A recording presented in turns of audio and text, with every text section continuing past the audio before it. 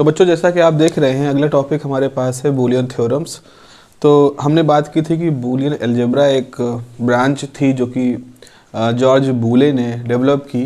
उसमें लॉजिक्स और मैथमेटिक्स को एक तरह का हाइब्रिड था वो, और वो एक सिंप्लीफाइड अलजेब्रिक ब्रांच थी जिसमें कि आपके ट्रेडिशनल कन्वेंशनल अलजेब्रा की तरह से पॉलिनॉमियल या उस तरह के फंक्शंस का यूज नहीं होता था। मेनली दो ही 0 और 1 यही दो केवल इनपुट होते थे, और इन्हीं दो इनपुट के हिसाब से आउटपुट और ये सब चीज़ें उसमें ऑब्जर्व की जाती थी। तो जैसा कि हर तरह के अलजेब्रा में कुछ थ्योरम्स होती हैं, थ्योरम्स मतलब एक तरह से फॉर्मूले होते हैं, सूत्र होते हैं। तो अगर आप सिर्फ थ्योरम पढ़ रहे हो तो इसका मतलब सिर्फ आप सूत्र पढ़ रहे हो, अगर आप थ्योरम का डेरिवेशन कर रहे हो तो इसका मतलब आप उस फार्मूले को डेरिवेशन पढ़ रहे हो। तो theorems are like the formula. तो बूलियन अलजेब्रा में भी हमारे पास कुछ फार्मूले हैं जिनको हम बूलियन थ्योरम्स कहते हैं, और उन थ्योरम्स को हम लोग देखेंगे। उसमें भी हम देखेंगे कि और ऑपरेशन के लिए थ्योरम है, एंड ऑपरेशन के लिए थ्योरम है, डिस्ट्रीब्यूटिव है, एसोसिएटिव है, कम्यूटेटिव है। तो इस तरह से हम कुछ थ्योरम्स को यहाँ पर लिस्ट करेंगे, और ये थ्योरम्स बूलियन अलजेब्रा को परफॉर्म करने में हमारी सहायता करती है।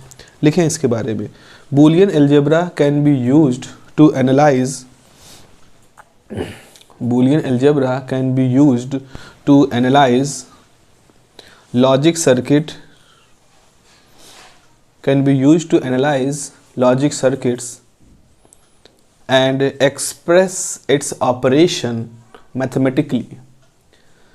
Logic circuits and express its operation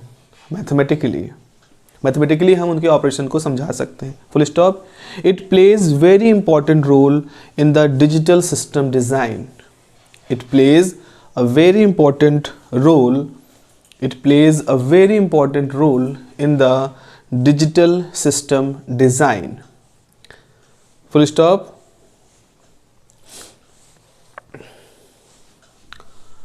The theorems may be divided, full stop, the theorems may be divided into two groups.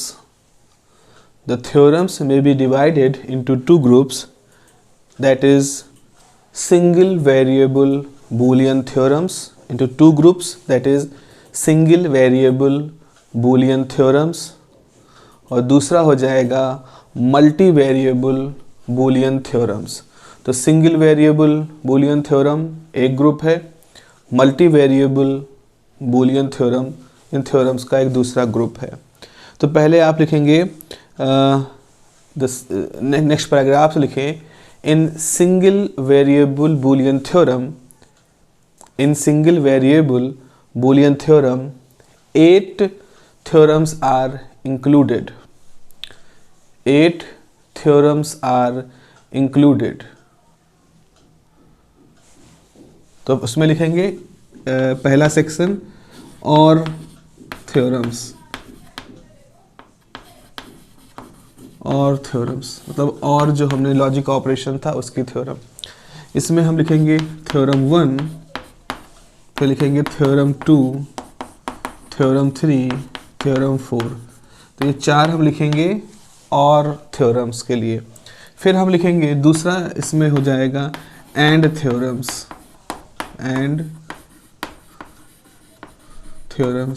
इसमें हम लिखेंगे थ्योरम 5, थ्योरम 6, थ्योरम 7, थ्योरम 8, और ये जो जितनी 8 थ्योरम है इन सबको कलेक्टिवली कहा जाता है single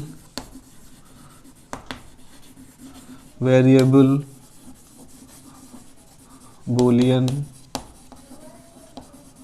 theorems. Single variable Boolean theorems. Okay, तो जरा देखिए ये कैसे लिख सकते हैं। जैसे मान लीजिए हमारे पास कोई ए है, अब सपोज हम इसको थोड़ा सा अलग तरह से लिखें तो हम ऐसे लिख सकते हैं कि a + 0 = a। फिर a + 1 is 1। a में भी 0 और में भी 1 कुछ भी हो सकता है ऐसे। तो a मतलब कुछ भी वेरिएबल, अब से a की वैल्यू अगर 0 है तो 0 + 0 is 0। ओके, ए है 1 है, 1 प्लस 0 इज़ 1, जैसा कि एंड में होता है ना, कोई एक होता है, तो इस तरह से उसी चीज़ को जनरलाइज किया गया है। ऐसे ही हम इसको अलग लिख रहे हैं, तो a plus a is a, a plus a is a, और a प्लस a का कॉम्प्लीमेंट इज़ 0। तो ये थ्योरम है। अब इस थ्योरम को आप चेक कर सकते हो। आप यहाँ पर a की वैल्यू मान लो 1 मानो, तो अगर a की वैल्यू 1 मानोगे, अब जस्ट एक एग्जाम्पल के तौर पे आप देखें, लिखने की जरूरत नहीं है, आप समझ लीजिए। तो 1 प्लस 0 क्या होगा, 1 plus 0 is 1, okay, a plus 0 a होता है। ऐसे ही 1 प्लस 1 इज़ 1, 1 प्लस 1 इज़ 1, वही चीज़ है, वही चीज़ आ गई है यहाँ पर। ऐसे ही 0 प्लस 0 इज़ 0, वैसे ही अगर a 1 है और दूसरा उसका कॉम्प्लीमेंट 0 है, तो आंसर आ जाएगा 0। सॉरी प्लीज़ इसको करेक्ट कर लीजिए, मुझसे गलती है यहाँ पे 1। तो ये हो जाएगा a प्लस इनवर्स, यानी कि 1 प्लस 0 इज़ 1, इस तरह से। तो इस तरह से जितने भी एंड के ऑपरेशन हमने पढ़े हैं वो सब हम यहाँ पर परफॉर्म होता हुआ देख सकते हैं। और के ऑपरेशन है। एंड के ऑपरेशन में क्या होता है, एंड में डॉट लगता है, तो a dot 0 is 0, a dot 0 is 0, a dot 1 is a dot 1 is a dot a is a, and a dot a का कॉम्प्लीमेंट इज़ 0। ये एंड ऑपरेशन है। तो अगर आपके पास इनपुट में कुछ भी है, इनपुट में 1 है, तो 1 एंड दूसरा इनपुट अगर 0 है तो आपको आउटपुट 0 मिलेगा, क्योंकि शर्त यह है कि दोनों ही इनपुट 1 होनी चाहिए, तभी आपका आउटपुट 1 मिलेगा। तो अगर दोनों इनपुट 1 होंगे तो ही आउटपुट 1 होगा, दोनों इनपुट 0 है तो आउटपुट भी 0 होगा। ऐसे यहाँ पर एक इनपुट 1 है, एक इनपुट 0 है, उसका कॉम्प्लीमेंट है, तो 0 हो जाएगा। तो इस तरह से हमारे पास ये 4 और के और 4 एंड के, ये 8 ऑपरेशन मिल करके हमें देते हैं सिंगल वेरिएबल बूलियन थ्योरम। ठीक है। मल्टी वेरिएबल, अब दूसरा चरण जो है बूलियन थ्योरम का दूसरा हिस्सा है मल्टी वेरिएबल बूलियन थ्योरम्स। और मल्टी वेरिएबल बूलियन थ्योरम्स के अंदर हमारे कुछ और ऑपरेशन आते हैं, इसमें डिस्ट्रीब्यूटिव होगा, एसोसिएटिव होगा और कम्यूटेटिव ऑपरेशन होंगे, क्योंकि वहाँ मल्टी वेरिएबल्स इस्तेमाल होते हैं। यहाँ पे देखो हमने सिर्फ ए के टर्म में ही सब कुछ समझा दिया। अब हम ए और बी, ये दो इनपुट का, दो सिंबल्स का यूज करेंगे और फिर देखेंगे कि ए बी सी या ए बी, इनका यूज करके हम डिस्ट्रीब्यूशन समझाएंगे, एसोसिएशन समझाएंगे, कम्यूटेशन समझाएंगे। आगे लिखें इसके बाद पैराग्राफ फॉर्म में लिखें, the multi variable Boolean theorem follows commutative, the multi variable Boolean theorem follows commutative, associative and distributive, commutative, associative and distributive laws, commutative, associative and distributive laws. ये 3 तरह के लॉज फॉलो करते हैं। तो पहला लिखेंगे कम्यूटेटिव,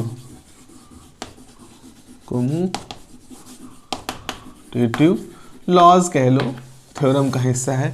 इसमें आपकी थ्योरम नंबर 9 आ जाएगी और थ्योरम नंबर 10 आ जाएगी। तो थ्योरम नंबर 9 कम्यूटेटिव में ये कहती है कि अगर आपने a प्लस बी लिखा है तो इसका मतलब है कि इसको हम b प्लस ए लिख सकते हैं।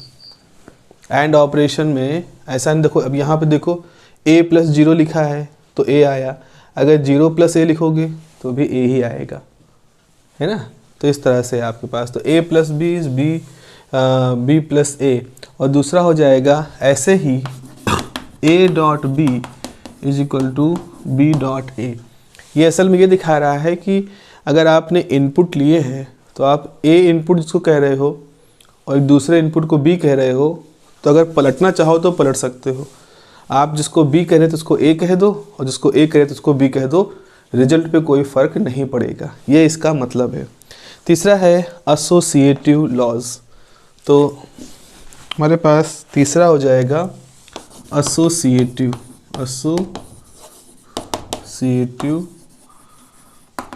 लॉज। एसोसिएटिव में 11 और 2 नियम यहाँ पर थ्योरम नंबर 11, थ्योरम नंबर 12 है। तो थ्योरम नंबर 11 में है कि अगर आपके पास a plus B plus C है तो ये हो जाएगा a plus B plus C. ऐसे ही अगर आपके पास a dot B dot C है तो इसे a dot B dot C हम आराम से लिख सकते हैं। तो ये आपका एसोसिएटिव लॉ है, ठीक है। और आखिरी में तीसरा जो हिस्सा है distributive law, theorem number 13, theorem number 14, theorem number 15 ऊपर लिख देते हैं। थ्योरम नंबर 13 है डिस्ट्रीब्यूटिव लॉ में। तो थ्योरम नंबर 13 ये कहती है कि अगर a dot B plus C है, इसे लिख सकते हैं a dot B plus a dot C. इस तरह से हम लिख सकते हैं। और थ्योरम नंबर 14 जो है वो क्या कह रही है? थ्योरम नंबर 14 कह रही है कि a plus B dot C plus D अगर है तो आप लिख सकते हो a dot C plus a dot D plus b dot C plus b dot D. तो यहाँ पर आप देख रहे हो, आपने यहाँ variable A B C use किया, यहाँ variable A B C use किया, यहाँ variable A B C D use किया। हालांकि बूलियन अलजेब्रा के टर्म है तो ये ए बी सी डी सब 0 या 1 में से ही कोई लॉजिक रखेंगे, लेकिन फिर भी हम इस तरह के नियमों को वहाँ पर अप्लाई होता हुआ देखेंगे। ऐसे ही तो ये हमारे मुख्य रूप से थ्योरम हैं जो कि बूलियन थ्योरम कहलाती हैं। 8 थ्योरम है ये सिंगल वेरिएबल बूलियन थ्योरम, और जो बाकी की ये 2, 2, 4, 2, 6 बाकी की जो 6 थ्योरम्स हैं वो हैं हमारी मल्टी वेरिएबल बूलियन थ्योरम। तो ये हमारे पास कुल मिला के 14 तरह की बूलियन थ्योरम्स हैं, और इन्हीं बूलियन थ्योरम का यूज करके हम डिफरेंट टाइप के बूलियन अलजेब्रा के ऑपरेशन यूज करते हैं। चूँकि आपके पास ये एक बहुत ही इंट्रोडक्टरी लेवल का कोर्स है, कोई बहुत डिटेल्ड उस तरह का डिजिटल सिस्टम लॉजिक सिस्टम हम लोग यहाँ पे नहीं पढ़ रहे हैं, तो आप इसी पॉइंट ऑफ व्यू से इनको अपने पास रखिएगा ये सारी चीज़ों को। चलिए एक टॉपिक हम लोगों ने जब पढ़ रहे थे गेट, तो मैंने आपको बताया था ट्रुथ टेबल के बारे में कि जो आपका गेट है वो कुछ तरह के ऑपरेशन करता है, और जिन ऑपरेशंस को वो करता है उनको हम एक टेबल के थ्रू समझा पाते हैं। वो टेबल जो होती है हमारी ट्रुथ टेबल कहलाती है। अब इस ट्रुथ टेबल के अपनी कुछ खासियत होती है, और हम देखेंगे कि डिफरेंट टाइप के जो ऑपरेशंस हैं, जितने टाइप के जो गेट्स हम लोग यूज कर रहे हैं, उन सबकी ट्रुथ टेबल हम एक जगह पर बनाएंगे। एक मोटी मोटी जानकारी आप बस यहाँ समझ लो। जैसे मान लो आपके पास इनपुट कितने हैं, ए और बी, सिर्फ 2 इनपुट हैं। तो आप जब इसकी टेबल बनाते हो ट्रुथ टेबल, तो ये ए होता है, ये बी होता है, और ये आपका आउटपुट होता है। अब आप कुछ भी ऑपरेशन करो, चाहे एंड ऑपरेशन करो, चाहे और ऑपरेशन करो, तो आप क्या लिख सकते हो? जैसे यहाँ आप लिखते हो 0 1 0 1, तो 0 0 1 1, इस तरह से आप 4 एंट्रीज ही कर सकते हो। अब वो एंड है तो वाई उस हिसाब से अलग होगा, और है तो वाई उस हिसाब से अलग होगा। कहने का मतलब ये है कि अगर हमारे पास 2 वेरिएबल हैं, n मतलब अगर 2 वेरिएबल हैं, तो ट्रुथ टेबल में कितनी एंट्री होंगी? 4 एंट्री। तो इसे हम कहेंगे 2 की पावर n। तो 2 की पावर n मतलब इस फॉर्मूले को फॉलो करेगा। तो किसी ट्रुथ टेबल में जितने इनपुट होते हैं उसी हिसाब से उसकी एंट्री डिसाइड होती है। मान लो हमने कोई ऐसा कुछ सोचा जिसमें ए बी और सी 3 हमने इनपुट बना दिए, बना सकते हैं हम 1 2 3 इस तरह से इनपुट बना सकते हैं, पर आउटपुट सबका एक ही होगा। तो अगर हमने 3 इनपुट बनाए ट्रुथ टेबल में कि हम ए पे भी कुछ दे रहे हैं, बी पे भी 0 1 दे रहे हैं, सी पे भी 0 1 दे रहे हैं, तो कितनी एंट्री बनेगी? तो इस फार्मूले के हिसाब से 2 की पावर 3 हिसाब से आपकी 8 एंट्री बनेंगी टेबल में। तो देखो जैसे सी है, अगर आपने एक इनपुट और जोड़ दिया तो ये टेबल 4 है, ये आगे और बढ़ जाएगी 5 6 7 8 और फिर ये इस तरह से, और सी के पास भी हो जाएगा 0 0 0 0 1 1 1 1। फिर आपके पास इस तरह से 8 एंट्री आपको बनानी पड़ेगी। तो किसी ट्रुथ टेबल का विस्तार कितना होगा, उसमें कितने रॉ बनेंगे, कितने ये रॉ है ना, कितने रॉ बनेंगे, ये इस बात पे डिपेंड करता है कि आपके कितने कॉलम हैं। आउटपुट कॉलम छोड़ दो, इनपुट अगर 3 कॉलम है तो इस फॉर्मूले के हिसाब से उतनी इसमें रॉ बनेंगी। ये ट्रुथ टेबल में थोड़ा सा हमें कुछ एडिशनल जानकारी हमने यहाँ पर आपको बताई है। लिखें इसके बारे में, हेडिंग लिखोगे ट्रुथ टेबल, इसके बारे में लिखोगे it is a table which describe, it is a table which describe how the output of a logic circuit, it is a table which describe how the output of a logic circuit depends upon the logic level depends upon the logic levels presented at the inputs, depends upon the logic levels present at the input, full stop।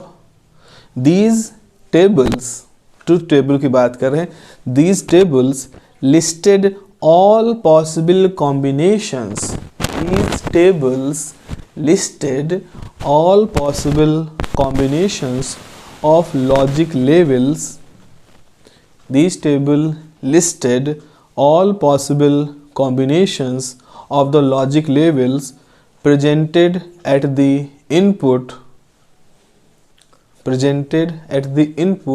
along with the corresponding output, along with the corresponding output। क्या कह रहे हो, जितने तरह के संभावित input दिए जा सकते हैं, जैसे यहाँ पे देखो हम जितने तरह के संभावित इनपुट दे सकते हैं, सारे इनपुटों को हमने यहाँ पे दिखाया, और इन संभावित इनपुटों के हिसाब से आउटपुट क्या होगा वो भी हम यहाँ दिखा सकते हैं। अब आउटपुट इस बात पे डिपेंड करेगा कि आप और ऑपरेशन कर रहे हो कि एंड ऑपरेशन कर रहे हो, तो वो चीज़ आपने लिखी है। आगे लिखोगी देयर आर 4 एंट्रीज, 4 एंट्री होंगी कब, जब आप 2 इनपुट टर्मिनल्स इस्तेमाल करोगे। तो यहाँ आप लिखोगे there are 4 entries for the 2 input truth table, there are 4 entries for the 2 input truth table and 8 entries for the 3 input truth table, and 8 entries for the 3 input truth table, full stop। the number of inputs and the number of inputs and number of entries, the number of inputs and number of entries in the truth table are related by following formula।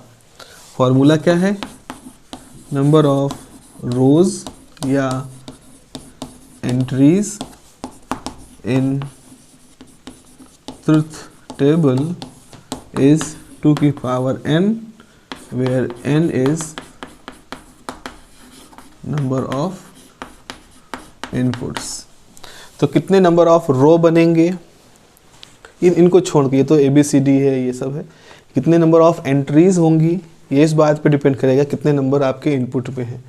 तो अगर 2 input हैं A और B तो 4 रो बनेंगे, यानी 4 entry होगी। 3 है तो 8, 4 है तो इस हिसाब से 16, इस तरह से एंट्रीज आपकी बनती हुई चली जाएंगी। ठीक है, ये ट्रुथ टेबल की बात हो रही है। अब यहाँ पे लिखेंगे, हेडिंग लिखें some important gate symbols, some important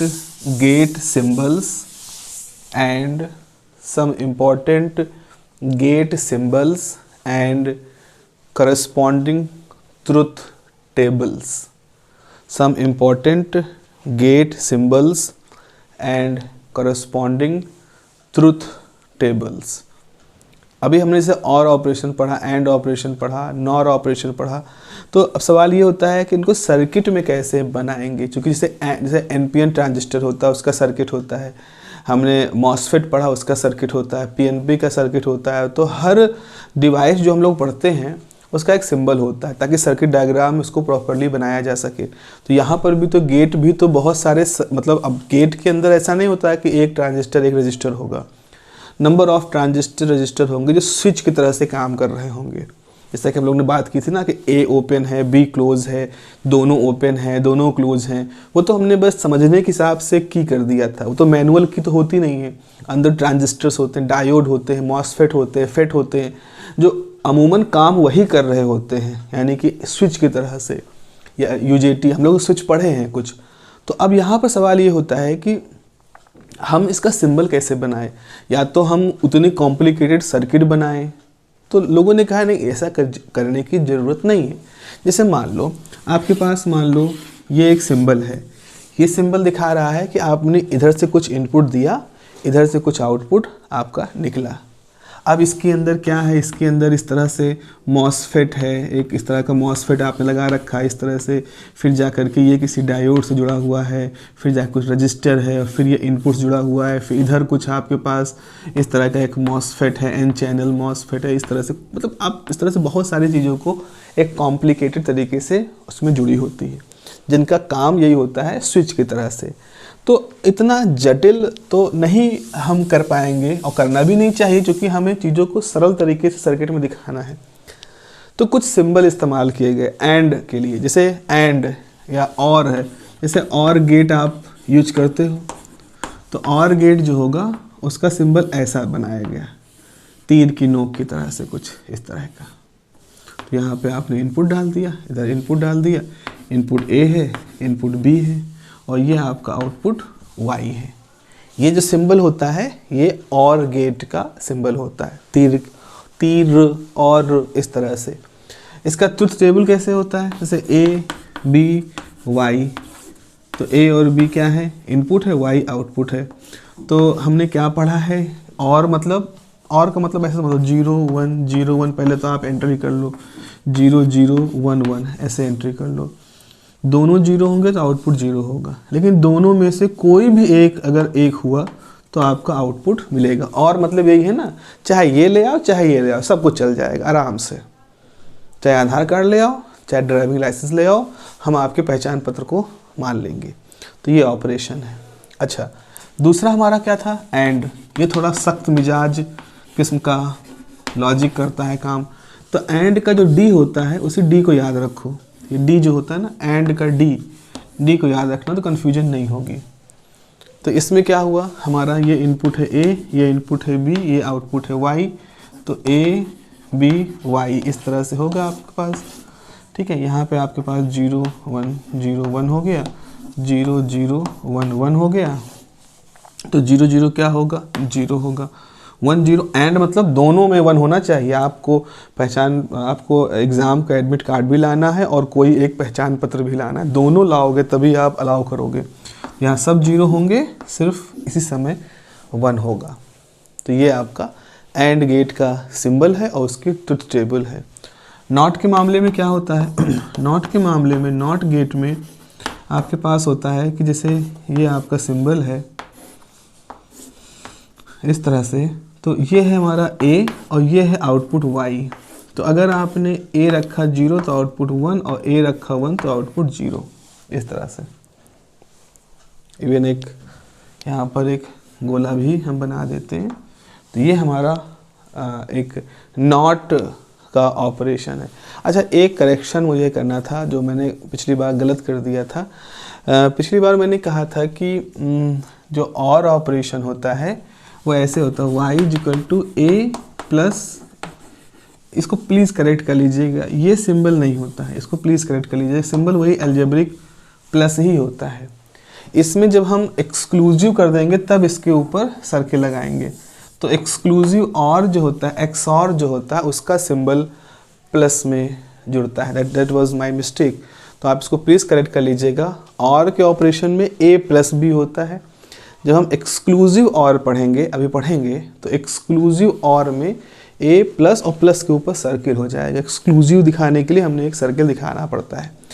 और ऐसे ही यहाँ पर इसका ऑपरेशन क्या है, y is equal to A dot B, और इसका ऑपरेशन तो होता है ये a is equal to A complement. इस तरह से हम लोग यूज करते हैं, ठीक है, ये हो गया। अच्छा, अब कुछ और होते हैं जिसको हम यूनिवर्सल गेट कहते हैं। यूनिवर्सल गेट मतलब होता है ऐसे गेट जो कि खुद हाइब्रिड होते हैं, मतलब जैसे आपने एंड के साथ नॉट मिला दिया, ठीक है, या और के साथ नॉट मिला दिया। तो जब आप एंड के साथ नॉट मिला देते हो या और के साथ नॉट मिला देते हो तो हाइब्रिड गेट बन जाते हैं। इन हाइब्रिड गेट की खास बात क्या होती है कि ट्रुथ टेबल तो बदल ही जाएगी, साथ ही साथ वो जो नए गेट बनेंगे उनकी क्षमताएं बहुत ज़्यादा बन जाती हैं। मतलब हम उन गेटों की सहायता से किसी भी तरह का गेट ऑपरेशन कर सकते हैं, किसी भी तरह का लॉजिक ऑपरेशन कर सकते हैं। इसीलिए उनको यूनिवर्सल गेट कहते हैं। यूनिवर्सल गेट कहने का मतलब है आपके पास ये सर्किट ना हो, ये सर्किट ना हो, ये सर्किट ना हो, लेकिन अगर आपके पास इनका हाइब्रिड है, सिर्फ हाइब्रिड सर्किट ही बना बनाया मिला है, तो आप उस हाइब्रिड गेट की मदद से जितने भी सर्किट तरह के हो सकते हैं सब कुछ बना सकते हो। तो उनको हम एक तरह से यूनिवर्सल गेट नाम देते हैं। यूनिवर्सल गेट कहने का तात्पर्य यही होता है कि उनकी उपयोगिता हर तरह के गेट को बनाने में, उनकी सहायता से हम हर तरह का गेट बना सकते हैं, ये उनकी इम्पोर्टेंस होती है। तो हम जैसे ये 3 बनाए हैं, इसी के आगे एक छोटी सी हेडिंग लिख देना, यूनिवर्सल गेट। तो यूनिवर्सल गेट जो होते हैं उसमें वो कैसे बनते हैं, यूनिवर्सल गेट जो होते हैं वो इन 3 फंडामेंटल गेट के हाइब्रिडाइजेशन से बनते हैं, उनके हाइब्रिड होने से बनते हैं। और हम इनको नॉट के साथ मिला सकते हैं और को नॉट के साथ मिला सकते हैं। जैसे यूनिवर्सल गेट में एक आता है नॉट प्लस एंड, इसको हम नाम देते हैं नैंड। समझ रहे होगे नाम का कारण क्या है, नॉट प्लस एंड नैंड। तो नैंड में क्या होगा कि आप एंड ऑपरेशन करिए, जैसे आपने इनपुट दिया A, फिर आउटपुट दिया B, सॉरी 2 इनपुट दिए A और B। इसका जो आउटपुट था उसको सीधे आपने नहीं प्राप्त किया, उसके आउटपुट को आपने जोड़ दिया नॉट के साथ, फिर जो आया वो आपका आउटपुट था। यहाँ पे आप क्या कर रहे थे, सीधे A और B लगाते थे, जो भी आउटपुट आता था उसी को आप अपनी ट्रुथ टेबल में रखते थे। आप क्या कर रहे हो, एंड के आगे आपने नॉट लगा दिया, तो एंड से इन दोनों इनपुट से जो भी आउटपुट आएगा उस आउटपुट को जब आप नॉट कर दोगे तो जो आउटपुट आएगा वो आपका असली आउटपुट होगा। तो इसका मतलब ये होने वाला है कि आपने A लिया, उसको B से जोड़ा, नहीं एंड ले रहे हैं ना, तो ऐसा होगा A लिया, उसको B के साथ ऑपरेट किया, और फिर यहाँ पे जो आया वो तो था A डॉट B, लेकिन जैसे A डॉट B इस नॉट से गुजरा तो फिर आपको A डॉट B का कॉम्प्लीमेंट मिल गया। तो यानी कि आपका एक्चुअल आउटपुट क्या होगा, एक्चुअल आउटपुट जो होगा वो A डॉट B का कॉम्प्लीमेंट होगा। तो ये मत लिखो, यहाँ पे आप लिख लो। तो इसका ओवरऑल सिंबल क्या होता है, इसका ओवरऑल सिंबल ये होता है कि आप इतना लंबा नहीं बनाते हो, बस आप क्या करते हो इसके आगे एक सर्किल लगा देते हो, बस ये है। तो A और B और फिर आगे 0 लगा है, इसका मतलब आपने यहाँ पर एक नॉट लगा रखा है और ये नॉट आपको इस सर्किल के रूप में दिख रहा है, और आपका जो ट्रुथ टेबल है उसमें A डॉट B रहेगा, उस पर बार लगेगा। तो इसका ट्रुथ टेबल कैसे बनेगा, जैसे A है, B है, Y है, और हमारा ऑपरेशन क्या है, Y बराबर A डॉट B का बार। तो आप बिल्कुल वैसे लिखिए, इनपुट तो आप वैसे ही डालोगे, इनपुट आपने वैसे ही डाला, लेकिन देखो अगर नॉर्मल एंड होता तो क्या था, 0 0 पे 0 आ रहा था, लेकिन अब आपका आउटपुट जो आएगा उसका कॉम्प्लीमेंट हो जाएगा, यानी इस 0 का उल्टा 1 लिखोगे। अगेन लॉजिक समझ लो क्यों ऐसा लिख रहे हैं, क्योंकि इस नॉट के लगने की वजह से जो कुछ भी आ रहा था नॉट उसको पलट दे रहा है। जैसे नॉट क्या करता है, नॉट पे 0 लगाओगे तो 1 कर देगा, नॉट पे 1 लगाओगे तो 0 कर देगा, वैसा ही लॉजिक यहाँ पर भी हो रहा है। तो अगर A डॉट B 0 है तो उसका कॉम्प्लीमेंट मतलब 1 हो जाएगा, ऐसे देखो 0 1 पे 0 आता है, 0 1 पे 0 आता है लेकिन अब 1 आएगा, 1 0 पे 0 आता है लेकिन अब यहाँ 1 आएगा, और 1 1 पे जहाँ 1 आता था वहाँ अब 0 आ जाएगा। तो ये आपके नैंड गेट का ट्रुथ टेबल है। देखो ये ट्रुथ टेबल इसके जैसा भी नहीं है, ना इसके जैसा है, बल्कि एक नए तरह का है। और इसमें ख़ास बात यह है कि जब आपका इनपुट पे लॉजिक 0 है तो आउटपुट पे लॉजिक 1 दिख रहा है। जब इनपुट पे दोनों तरफ लॉजिक 1 है तो आउटपुट का लॉजिक 0 दिख रहा है। हर चीज़ पलट गया, उल्टा ही काम इसका चल रहा है। बट यही इसकी उपयोगिता है। ये हो गया आपका यूनिवर्सल गेट में नॉट प्लस एंड यानी कि नैंड। इसी प्रकार से अगर हम और को मिला दें तो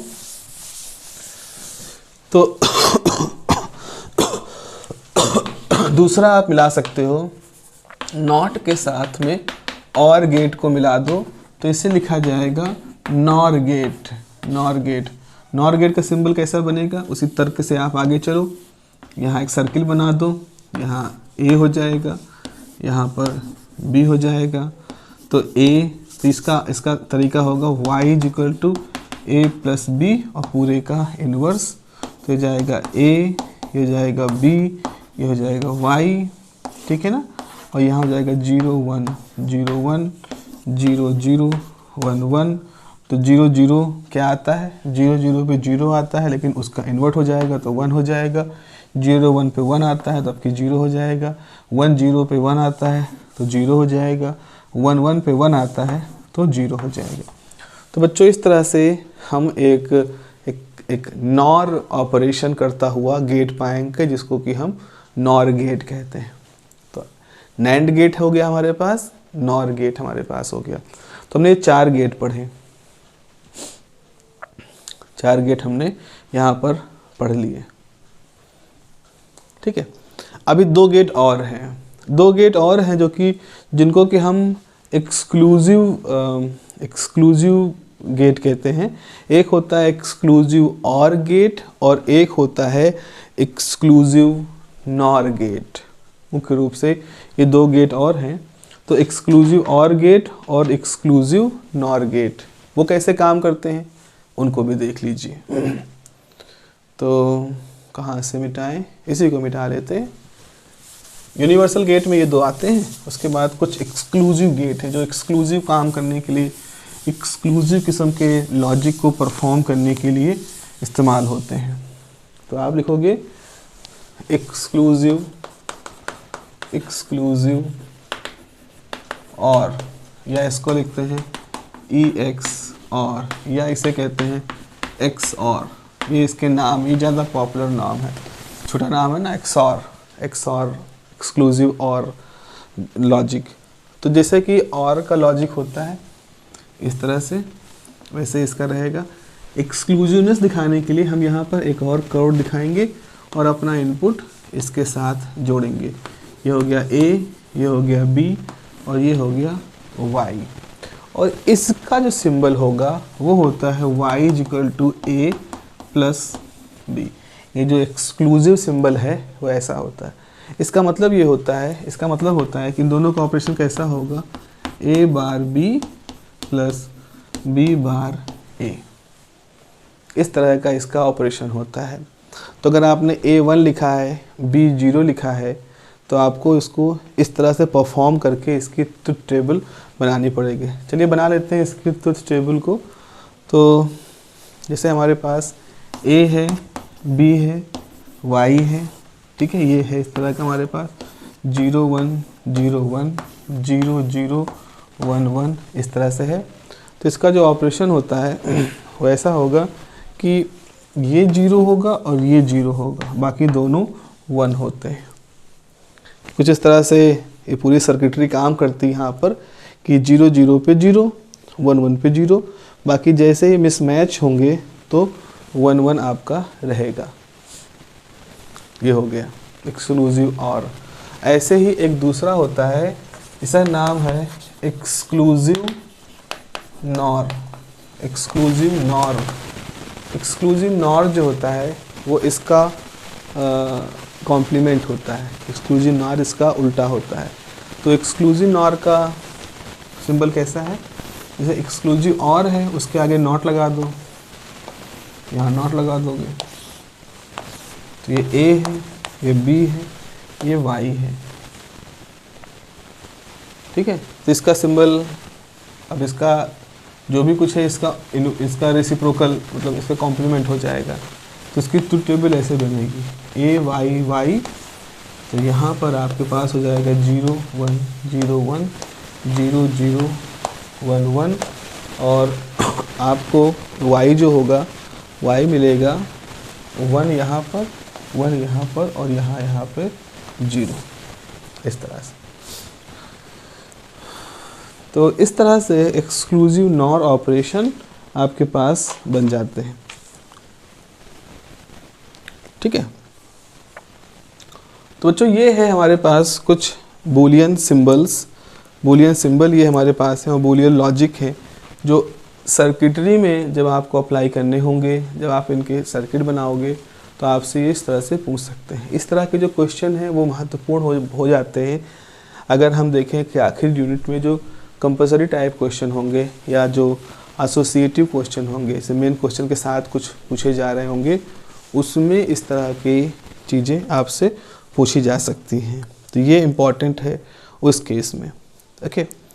चलो यहाँ तक आज रखते हैं। अब इसके बाद फिर हम लोग कुछ और चीज़ें इसमें जो पढ़ पाएंगे आगे, वो है ये है कि दिखाइए कि यूनिवर्सल गेट कैसे काम करते हैं, कैसे हम यूनिवर्सल गेट यानी नैंड गेट और एंड गेट की सहायता से किसी भी खास तरह का ऑपरेशन कर सकते, कैसे हम नैंड गेट की सहायता से एंड ऑपरेशन कर सकते, कैसे हम नैंड गेट की सहायता से और ऑपरेशन कर सकते हैं। क्योंकि यूनिवर्सल गेट आप कह रहे हो ना, तो यूनिवर्सल गेट कहने का मतलब है कि वो ऐसे मतलब जादुई गेट हैं जिनकी सहायता से आप किसी भी तरह का ऑपरेशन परफॉर्म करा सकते हो, उनको एक ख़ास तिकड़म से जोड़ करके।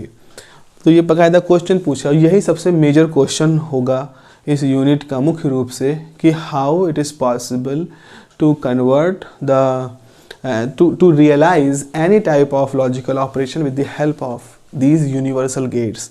अब वो यूनिवर्सल गेट में आप नैंड का भी इस्तेमाल कर सकते हो, आप उस यूनिवर्सल गेट में नॉर का भी इस्तेमाल कर सकते हो, वो आपके ऊपर डिपेंड करता है। या हो सकता है वो क्वेश्चन पूछ लें कि with the help of NAND do this, with the help of nor do this, और वो आप पे छोड़ दें। किसी एक यूनिवर्सल गेट का चुनाव करके आप उस पर अपना काम करना शुरू करिए। तो ठीक है प्यारो, अगली क्लास में हम ये महत्वपूर्ण क्वेश्चन पढ़ेंगे कि कैसे हम इस तरह की चीज़ों को कर सकते हैं। ठीक है, मिलते हैं फिर अगली क्लास में। Have a nice day, take care.